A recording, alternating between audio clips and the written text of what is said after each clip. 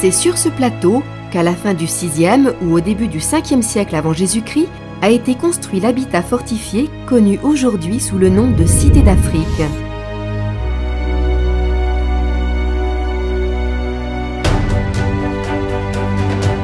Il se situe entre la commune de Ludre, sur la communauté urbaine du Grand Nancy, et celle de Messin, à proximité du confluent de la Moselle et du Madon. La Cité d'Afrique se trouve sur une falaise qui surplombe la vallée de la Moselle.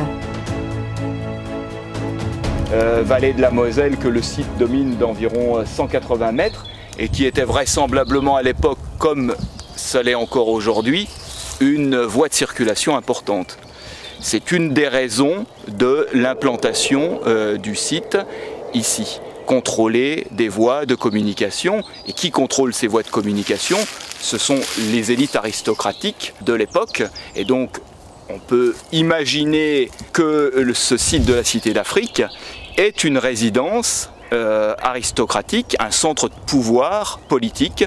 On ne connaît pas le territoire que domine ou que contrôle la Cité d'Afrique, mais s'étend vraisemblablement sur plusieurs dizaines de kilomètres autour de ce point central, qui est peut-être une sorte de capitale à l'époque du peuple celtique qui est établi dans cette région.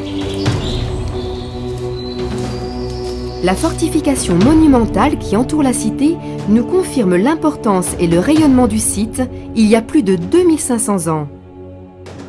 Une double ligne de fortification, constituée chacune d'un talus et d'un fossé, forment un rempart d'une longueur de 600 mètres et d'une largeur de 55 mètres. L'ensemble du site, fortification comprise, couvre une superficie de 14 hectares, soit l'équivalent de 10 places Stanislas ou de 15 pelouses du Stade de France. Les premières descriptions de ce lieu et les premières fouilles archéologiques datent du début du XIXe siècle.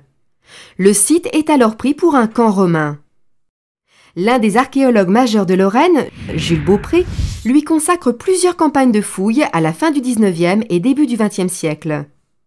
C'est lui qui révèle l'importance du site et corrige sa datation. Il l'identifie à l'époque celtique, à la période de l'âge du fer, il y a 2500 ans. De nouvelles fouilles archéologiques sont réalisées dans les années 80 dans l'angle nord-est de l'enceinte pour étudier la chronologie de l'occupation du site, sa nature et la structure du rempart. Nous avons conduit des fouilles de 1980 à 1988. On a commencé à 5 et on a terminé à 35. On était la fouille la plus importante de Lorraine à l'époque. Si aujourd'hui les remparts ont l'aspect de simples talus, les fouilles ont révélé qu'ils ont été construits selon une architecture complexe. Pierre, terre, poutres de bois, en tout 40 000 m3 de matériaux ont été déplacés pour édifier ces remparts par une main-d'œuvre qu'on imagine organisée et nombreuse. Le rempart est aussi constitué d'une énorme masse de chaux. À cette époque-là, il y avait des polémiques sur la nature de ce matériau. Certains disaient que c'était un matériau naturel du tuf. D'autres pensaient que c'était de la chaux, mais qu'elle avait été produite de manière accidentelle par l'incendie d'un rempart armé de bois. Et il a été démontré qu'il s'agissait bien de chaux qui avaient été produites en place dans des fours à chaux rudimentaires. 6000 m3 de chaux ont donc été fabriqués au total, ce qui suppose une parfaite connaissance de la technique de transformation des roches sous l'action de la chaleur, peu répandue dans le monde celtique à cette époque. La fortification tout entière a probablement été bâtie grâce à des échanges réguliers avec le monde méditerranéen, ainsi que par la volonté des princes de faire réaliser une construction hors du commun. Et en parlant de lien avec le monde méditerranéen, on pourrait spontanément imaginer que le mot « Afrique » a une origine commune avec le continent africain. Or, il n'en est rien. C'est Nicolas de Ludre qui, après avoir été fait chevalier par le roi de France Louis XII au XVIe siècle, choisit le titre de comte de Ludre et d'Afrique avec 2 F. Ce terme qu'il employait alors pour désigner le plateau dominant ces terres de Ludre et de Richard-Ménil évoque aussi les contrées de ses ancêtres en Bourgogne, où existe aussi un mont Afrique. En vieux patois, affre signifierait abrupt, raide, escarpé. À l'intérieur de l'enceinte fortifiée, de nombreux restes de la vie quotidienne ont été découverts. Autant d'indices qui permettent d'imaginer le quotidien 25 siècles en arrière.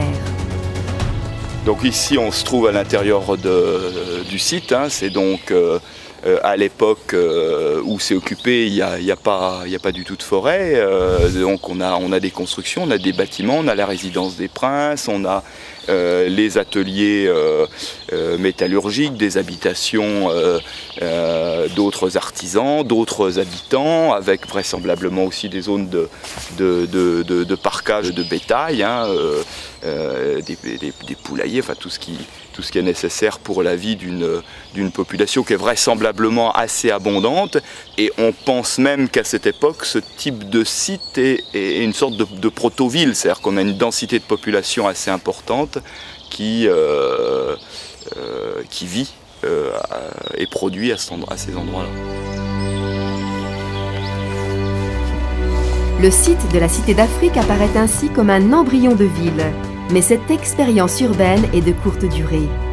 Après son abandon à la fin du IVe siècle avant Jésus-Christ, la Cité d'Afrique retombe dans l'oubli, préservée de la destruction complète par sa situation isolée, avant sa redécouverte par les archéologues d'aujourd'hui. Les informations archéologiques, pour l'essentiel, sont encore là et c'est une source de terrain d'étude pour les archéologues dans les décennies et les siècles à venir.